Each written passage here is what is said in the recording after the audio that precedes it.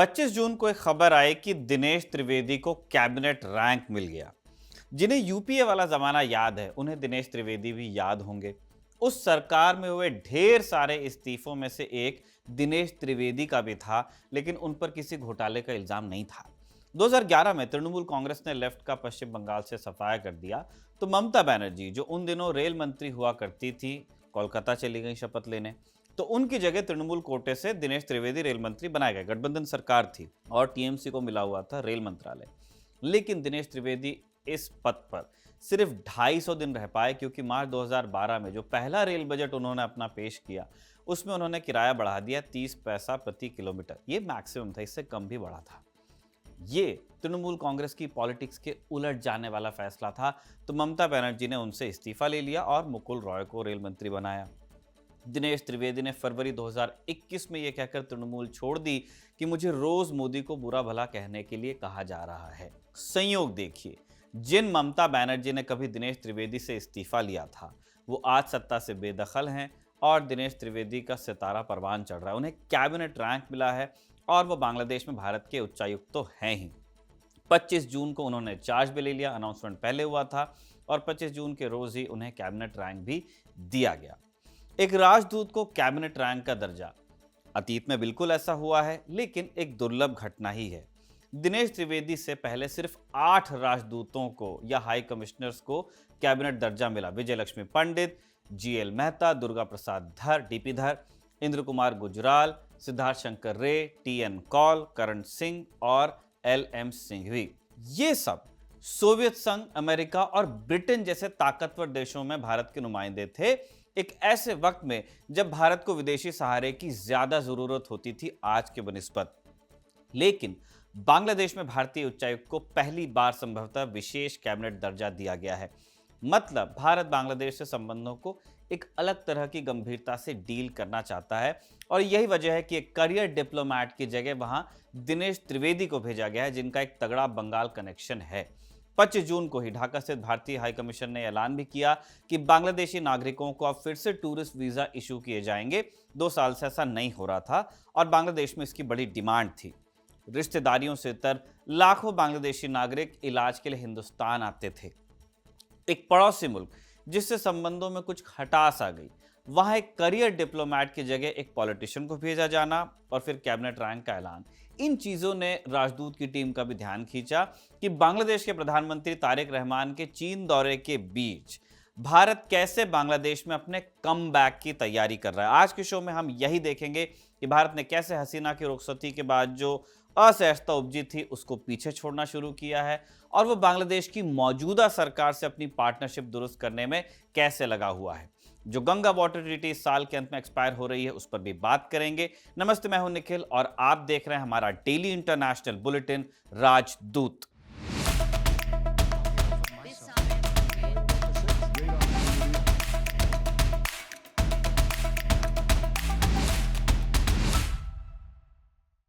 पच्चीस जून को दिनेश त्रिवेदी पेट्रोपोल बेनापोल बॉर्डर से बांग्लादेश गए पायरो। वहां निवर्तमान उच्चायुक्त पवन कुमार बाधे से मिले। इसके बाद वह बांग्लादेश के राष्ट्रपति मोहम्मद शहाबुद्दीन से मिले और अपने क्रेडेंशियल सौंपे, जैसे कि परंपरा है। वो ऐसे वक्त में बांग्लादेश पहुंचे हैं जब प्रधानमंत्री तारिक रहमान अपनी पहली औपचारिक विदेश यात्रा के लिए चीन गए। आमतौर पर भारत के प्रधानमंत्री कम से कम शेख हसीना का जो कार्यकाल था, शपथ लेने के बाद एक चक्कर दिल्ली का लगाते थे। ये गए हैं चाइना। भारत के सिलीगुड़ी कॉरिडोर के बहुत करीब है बांग्लादेश का लालमोनिरहाट बेस। उसका मैनेजमेंट भी चीन को देने की बात इन दिनों सुनाई आ रही थी। अब बात यहां तक कैसे आ गई, वो राजदूत के नियमित दर्शक जानते ही हैं। एक क्विक रिकैप फिर भी हम दे रहे हैं। जानते हैं आप कि भारत बांग्लादेश के रिश्ते 55 बरस से चले आ रहे हैं, 71 में उनकी आज़ादी के बाद से। इस सफर में हिंदुस्तान के लिहाज से गोल्डन एज शेख हसीना के दौर को माना जाता है। 5 बार वो प्राइम मिनिस्टर रही वहां, 20 साल से कुछ ज्यादा बांग्लादेश में उनका राज रहा। उनके रहते ही भारत बांग्लादेश के बीच हिस्टोरिक लैंड बॉर्डर एग्रीमेंट हुआ। बंगाल की खाड़ी में समुद्री सीमा का विवाद खत्म किया गया। नॉर्थ ईस्ट के जो उग्रवादी संगठन बांग्लादेश में जाकर छिप जाते थे, उन पर शिकंजा कसा। ट्रेन चली, मैत्री एक्सप्रेस, बंधन एक्सप्रेस, मिताली एक्सप्रेस, कनेक्टिविटी बढ़ी। भारत को बांग्लादेश के चिटगांव और मंगला बंदरगाहों के इस्तेमाल की अनुमति मिली। और भारत से बांग्लादेश तक तेल की पाइपलाइन भी बिछी। नतीजा ये हुआ कि दोनों देशों के बीच खूब व्यापार बढ़ा। 2009 में दोनों देशों के बीच जो बायलैटरल ट्रेड 3 से 4 बिलियन डॉलर का था, 2024-25 में 13 बिलियन डॉलर से ज्यादा पर आ गया। अब दिक्कत इसमें यह आ गई कि हिंदुस्तान ने ऐसी कोई तैयारी नहीं की थी कि शेख हसीना अगर प्रधानमंत्री न रहें कल को तो क्या किया जाएगा।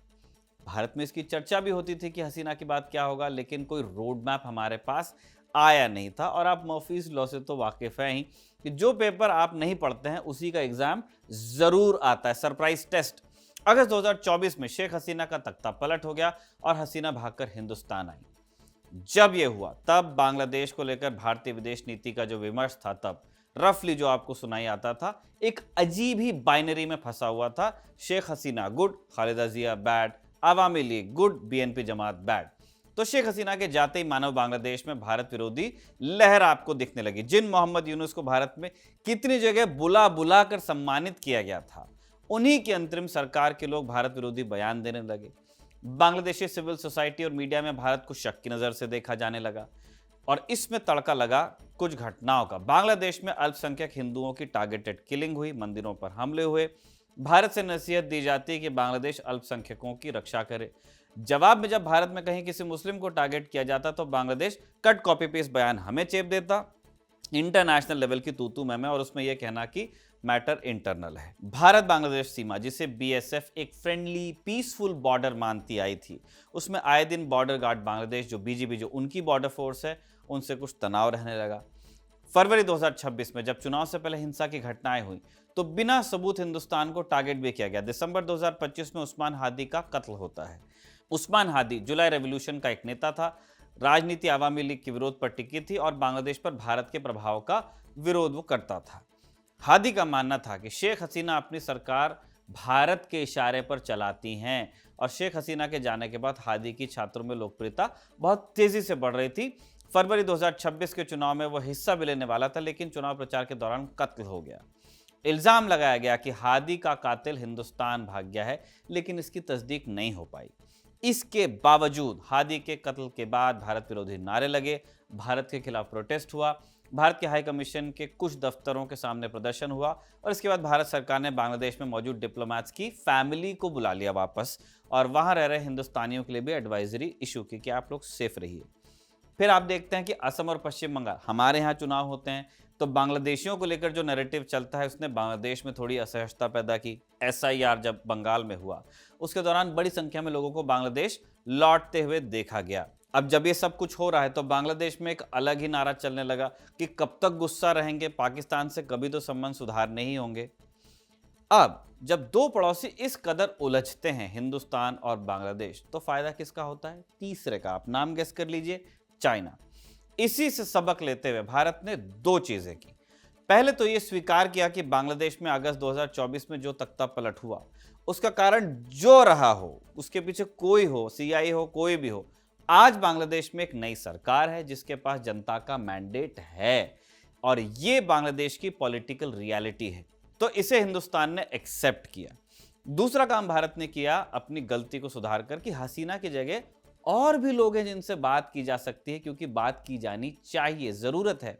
और इसके संकेत काफी समय से आप देख रहे हैं। शेख हसीना के जाने के महज 4 महीने बाद ही विक्रम मिस्री ढाका जाते हैं और एक ही दिन में 3 हाई लेवल मीटिंग्स वो वहां पे कर लेते हैं। विक्रम मिस्री भारत के विदेश सचिव पहली मीटिंग करते हैं अंतरिम सरकार के मुखिया मोहम्मद यूनुस के साथ, दूसरी फॉरेन अफेयर एडवाइजर तौहीद हुसैन के साथ और तीसरी बांग्लादेश के विदेश सचिव जसीम उद्दीन के साथ। यूनुस के साथ मुलाकात में विदेश सचिव ने डिप्लोमेटिक और कल्चरल प्रॉपर्टी पर हुए हमलों और नुकसान के बारे में चिंता व्यक्त कर दी थी। अल्पसंख्यकों पर हुए हमलों पर भी चिंता जता दी थी और ये हसीना के जाने के बाद पहली हाई लेवल मीटिंग थी। तख्ता पलट के 4 महीने बाद ही ये सब हो गया था। तो मिस्री का जो ये दौरा था उसने आइस ब्रेक की और फिर बैकडोर बातचीत शुरू हुई, कुछ सामने से कुछ पीछे से भी। इसी का नतीजा रहा कि फरवरी में बॉर्डर रिलेटेड इशू को सुलझाने के लिए बीएसएफ ने बांग्लादेश के अधिकारियों से बात की और उस तरह की मीटिंग्स भी शुरू हुई। अंतरिम सरकार के मुख्य सलाहकार मोहम्मद यूनुस, इन पर आते हैं। कई ऐसे बयान इन्होंने दिए और इनकी सरकार के मंत्रियों ने जो दिल्ली में पसंद नहीं किए गए, मसलन जो guardian of bay of Bengal वाला बयान था, लेकिन दिल्ली ने ट्रैक लूज नहीं किया। प्रधानमंत्री मोदी यूनुस से मिले भी और जब बांग्लादेश की पूर्व प्रधानमंत्री खालिदा जिया का देहांत हुआ तो न केवल प्रधानमंत्री मोदी ने शोक संदेश भेजा, बल्कि खुद भारत के विदेश मंत्री डॉक्टर जयशंकर जनाजे में भी गए थे। फिर जब फरवरी 2026 में बांग्लादेश में चुनाव होते हैं, आप देखते हैं साजिद और जेरी की रिपोर्टिंग होती है। भारत को तब दावत मिली थी कि आप ऑब्जर्वर बनकर आइए, चुनाव की निगरानी कीजिए। चुनाव खत्म होते हैं तो बीएनपी जीतती है, तारिक रहमान प्रधानमंत्री बनते हैं और शपथ ग्रहण समारोह होता है जिसमें हिंदुस्तान से ओम बिरला जाते हैं, जो यहाँ के स्पीकर हैं लोकसभा के। प्रधानमंत्री मोदी भी रहमान को मुबारकबाद देते हैं। 7 अप्रैल 2026 को बांग्लादेश के विदेश मंत्री डॉक्टर खलीलुर रहमान दिल्ली आते हैं, डॉक्टर जयशंकर से मुलाकात करते हैं और इतना ही नहीं, दोनों देशों की सुरक्षा एजेंसियों के नुमाइंदे भी एक से ज़्यादा बार मिल लेते हैं। यानी एक समय जो रिश्ते टूटने की कगार पर आ गए थे वो बच गए और अब और बेहतर हो रहे हैं। अब भारत ने बांग्लादेश से बातचीत की टोन को सेट करने के लिए एक राजनयिक की जगह एक राजनेता को ढाका भेजा है। अब 2 और 2 4 जो लोग जोड़ सकते हैं उन्होंने हिसाब लगाया होगा कि दिनेश त्रिवेदी को बंगाल कनेक्शन के चलते बांग्लादेश भेजा गया है। लेकिन आपको जानकर हो सकता है हैरानी हो कि बंगाल में राजनीति करने वाले दिनेश त्रिवेदी मूलतः बंगाल से नहीं है, एक गुजराती परिवार से आते हैं जिनकी जड़ें कराची में है। पैदाइश जरूर दिनेश त्रिवेदी की दिल्ली की है। दिनेश त्रिवेदी ने चार्ज लेते ही टूरिस्ट वीज़ा दोबारा शुरू करने का ऐलान किया है और इससे बांग्लादेश और हिंदुस्तान दोनों जगह लाखों लोगों ने राहत की सांस ली है। सीन क्या था? शेख हसीना के तख्ता पलट के वक्त प्रदर्शनकारियों ने भारत और भारत से जुड़े प्रतीकों को टारगेट किया। ढाका में आप याद कीजिए, इंदिरा गांधी कल्चरल सेंटर में भीड़ घुसी थी, तोड़फोड़ हुई, लूटपाट हुई थी। हिंदू मंदिरों पर तो हमले हुए ही। इंडियन हाई कमीशन से जुड़े जो दफ्तर थे उनके सामने प्रोटेस्ट हुए, हिंदुस्तान के खिलाफ नारे लगे। तो नतीजे में बांग्लादेश में हिंदुस्तान ने अपना वीज़ा प्रोग्राम रोक दिया। बांग्लादेश से जहां से दसियों लाख लोग हिंदुस्तान आते थे, उनकी संख्या एकदम कुछ सैकड़ों पर आ गई, कुछ हजार पर। भारत सरकार अब बस इलाज करवाने के लिए ही चुनिंदा वीज़ा बांग्लादेशियों को दे रही थी मेडिकल ग्राउंड्स पर। आंकड़े आप देख लीजिए, 2019 में 15 लाख बांग्लादेशी नागरिकों को वीज़ा मिला, 2023 में आंकड़ा 16 लाख हो गया। 2024 में शेख हसीना की सरकार जाने तक, यानी अगस्त महीना आते तक जो 8 महीने हुए थे, 8 लाख लोगों को वीज़ा मिल गया। पर शेख हसीना के जाने के बाद सुरक्षा कारणों का हवाला दिया गया, ये प्रोसेस रोका गया। अब ये वीज़ा किन को मिलता था? 2 बड़ी कैटेगरीज थी। पहले तो पश्चिम बंगाल और असम की जो कछार वैली है, वहाँ जो बांग्ला लोग हैं उनकी रिश्तेदारी है बांग्लादेश में। अगरतला में आप जाएंगे तो आपको मजाक भी सुनने को मिलेगा कि वोटर आईडी बने न बने, पहले पासपोर्ट बनना चाहिए, वरना मुलाकात कैसे होगी। दूसरी और ज़्यादा ज़रूरी कैटेगरी थी इलाज कराने वालों की। हर साल बांग्लादेश से 3 से 4 लाख लोग इलाज कराने हिंदुस्तान आते थे, क्योंकि उन्हें यहाँ बेहतर इलाज मिलता है। इसके लिए कोलकाता और अगरतला से खुलना और ढाका जैसी जगहों के लिए बसेस चलती हैं, कोलकाता और न्यू जलपाईगुड़ी से ट्रेन चलती हैं। लेकिन वीज़ा बैन लग गया तो सिर्फ चुनिंदा लोग आ पा रहे थे। अब भारत में इलाज बांग्लादेश से तो महंगा है, लेकिन क्वालिटी का है और इस तरह का इलाज इस रेट पर कहीं और दुनिया में मिलता नहीं है। इसलिए बांग्लादेशी नागरिकों के लिए एक बहुत बड़ा संकट खड़ा हुआ। माने बांग्लादेश के लिए एक कमज़ोर नस की तरह था, स्पेशली वहाँ की मिडिल क्लास के लिए। भारत ने यहाँ राहत देकर एक मैसेज दिया है कि अगर सब अच्छा रहा तो भविष्य में और अच्छी चीज़ें भी होंगी, बशर्ते पार्टनरशिप अच्छी चले। लेकिन भारत के जिस कम बैक को हम डिस्कस कर रहे हैं वो इतना इजी भी नहीं हो सकता है कि आपने वीज़ा रूल्स को रिलैक्स किया तो सब ठीक हो जाएगा। आप कुछ चीज़ों पर गौर कीजिए। बांग्लादेश के प्रधानमंत्री तारिक रहमान अपनी पहली विदेश यात्रा पर चीन गए हैं। आमतौर पर बांग्लादेश का प्रधानमंत्री हिंदुस्तान आया करता था, लेकिन ये चाइना गए हैं। ग्लोबल टाइम्स ने लिखा है कि इस यात्रा के दौरान बांग्लादेश चाइनीज़ जो फाइटर जेट है J-10CE उसकी डील कर सकता है। इंडियन मीडिया में लिखा जा रहा है कि बांग्लादेश करीब 24 फाइटर जेट्स ले सकता है। उसके अलावा तीस्ता नदी के मैनेजमेंट में भी रहमान ने चीन से मदद मांगी है। वही तीस्ता नदी जिसके पानी का विवाद अभी भारत से सुलझा नहीं है बांग्लादेश का। फिर इसी साल दिसंबर में गंगा वाटर ट्रीटी एक्सपायर होने वाली है। ये क्या है? ट्रीटी 12 दिसंबर 1996 को हुई थी, गंगा वाटर ट्रीटी। तब हिंदुस्तान के प्रधानमंत्री थे HD देवेगौड़ा और बांग्लादेश में शेख हसीना थी। 30 साल के लिए किया गया था और 12 दिसंबर 2026 को ये एक्सपायर कर जाएगा। इसकी अवधि पूरी हो रही है। इस ट्रीटी के तहत हर साल जनवरी से मई के बीच, यानी जब गंगा में पानी कम होता है, गर्मी का वक्त, तब फरक्का बैरेज से जितना पानी रिसीव होता है उसको दोनों देशों में बांटा जाता है। उसका फॉर्मूला है, क्या है? अगर पानी का बहाव 70,000 क्यूसेक या उससे कम हुआ फरक्का बैरेज की आवक, तो भारत और बांग्लादेश दोनों को आधा आधा पानी मिलेगा। अगर बहाव 70,000 से 75,000 क्यूसेक के बीच होता है तो बांग्लादेश को 35,000 क्यूसेक दे दिया जाएगा, बाकी हिंदुस्तान कंज्यूम करेगा। लेकिन अगर पानी 75,000 क्यूसेक या उससे ज्यादा चला जाता है तो हिंदुस्तान 40,000 क्यूसेक पानी अपने पास रखेगा, बचा हुआ पानी बांग्लादेश को देगा। अब यह संधि दिसंबर 2026 में एक्सपायर हो जाएगी, इसलिए दोनों देश नई शर्तों पर बातचीत कर रहे हैं। हो सकता है इस संधि को इन्हीं शर्तों के साथ आगे बढ़ाया जाए, रीनेगोशिएट भी की जा सकती हैं टर्म्स, अभी बात चल रही है। इतना ही नहीं, कुछ समय पहले बांग्लादेश ने लाल मुनिरहाट एयरबेस को भी वापस शुरू किया था। उसके मैनेजमेंट में भी चाइनीज एंगल को खूब डिस्कस किया जा रहा है, बांग्लादेश में विचार चल रहा है। खबर है कि इस दौरे पर भी इस पर चर्चा हो सकती है। सनद रहे कि ये जो एयरबेस है बांग्लादेश का सेकेंड वर्ल्ड वॉर विंटेज का है। हिंदुस्तान की जो सीमा है सिलीगुड़ी कॉरिडोर वाली, वहां से सिर्फ 12 से 15 किलोमीटर दूर है। अक्सर आपने नोटिस किया होगा, अगर आप राजदूत रेगुलरली देख रहे हैं, कि बांग्लादेश की जो पॉलिटिक्स है बीजिंग और दिल्ली के बीच में वो स्विंग करते रहते हैं, क्योंकि बांग्लादेश चीन के भी दूर नहीं है, वो करीब महसूस करते हैं क्योंकि उनका बड़ा इन्वेस्टमेंट है। खुद शेख हसीना ने 2016 में बांग्लादेश को BRI में शामिल करवाया था। अरबों डॉलर का चीनी इन्वेस्टमेंट बांग्लादेश में हुआ है। वर्ल्ड बैंक के मुताबिक बांग्लादेश पर चीन का 6.2 अरब डॉलर का कर्जा है, जिसमें बीजिंग के एशियन इंफ्रास्ट्रक्चर इन्वेस्टमेंट बैंक से 2.3 अरब डॉलर का एक लोन अलग से भी चल रहा है। इसको जोड़ देते हैं तो 8.5 अरब डॉलर यानी 76,000 करोड़ रुपए कर्जा है बांग्लादेश पर चीन का। हिंदुस्तान ने भी पैसा दिया है, 1.6 बिलियन डॉलर, 15,000 करोड़ रुपए का आसपास से बैठता है। तो ये महज लोन की बात हुई। अमेरिकी थिंक टैंक एंटरप्राइज इंस्टीट्यूट के आंकड़े कहते हैं कि पिछले कुछ सालों में चीनी कंपनियों ने 7.7 बिलियन डॉलर का अलग से निवेश भी किया है बांग्लादेश में, और इसमें से आधे से ज्यादा निवेश एनर्जी सेक्टर में है। क्या भारत बांग्लादेश में इस वॉल्यूम में इन्वेस्ट करने की मंशा रखता है? एक गंभीर सवाल है। फिलहाल तारिक रहमान चीन में बहुत गंभीरता से जिनपिंग से मिल रहे हैं, उनकी मीटिंग हो चुकी है। उन्होंने बीजिंग के great hall of the people में एक बैठक के दौरान जिनपिंग से कह दिया कि मिस्टर प्रेसिडेंट, आप हमारा ट्रेड डेफिसिट कम करने के लिए कुछ कदम उठाएं। हो ये रहा है कि बांग्लादेश बहुत सारा सामान चीन से खरीदता है, लेकिन चीन बांग्लादेश से ज़्यादा सामान लेता नहीं है। ट्रेड डेफिसिट में चल रहा है बांग्लादेश। तो तारिक रहमान ने कहा कि आप हमसे कुछ सामान लीजिए। उन्होंने जिनपिंग से आम, कटहल, अमरूद, कच्चा चमड़ा और दवाएं खरीदने का अनुरोध किया। फिगर्स भी हमारे पास। चीन और बांग्लादेश के बीच सालाना 24 बिलियन डॉलर का व्यापार होता है।